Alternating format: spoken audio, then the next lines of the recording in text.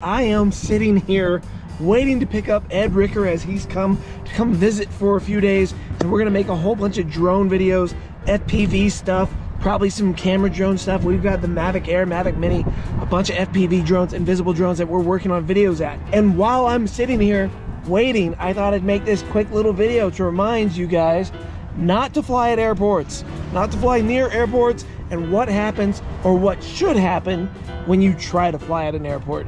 Now, looking around at this place, it looks flat. It looks like it'd be a great spot to fly, but we are within 5 miles of an airport. While I sit here at the cell phone lot waiting to pick Ed up, this is not somewhere you should fly a drone, ever.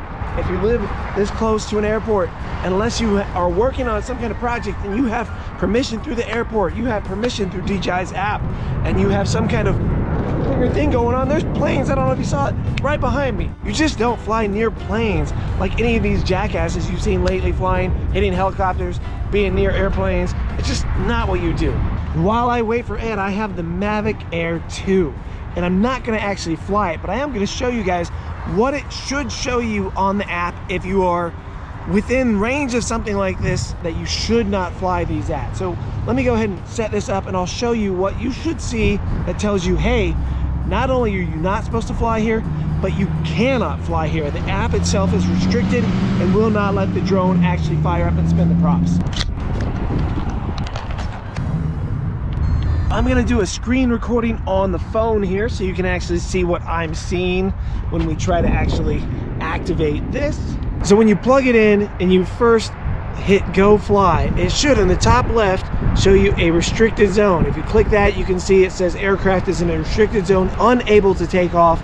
Check your map to find recommended zones. What that is telling you is that not only are you in a restricted zone and you shouldn't fly here, but you're unable to take off, which means when we push the sticks together, nothing happens. The drone is dead. But it shows you right at the top there, you're near Denver International, and it is a restricted zone. If you were outside of this area and you flew into this zone, your drone could just go to a hover and just land where it's at, not go back to return home where you are. It just pretty much, you lose control, which sort of sucks. If you're new to this hobby, do not fly near aircraft. Do not fly in areas you're not supposed to. Use common sense. Just because it lets you take off doesn't always mean you should. And in this case, you just can't.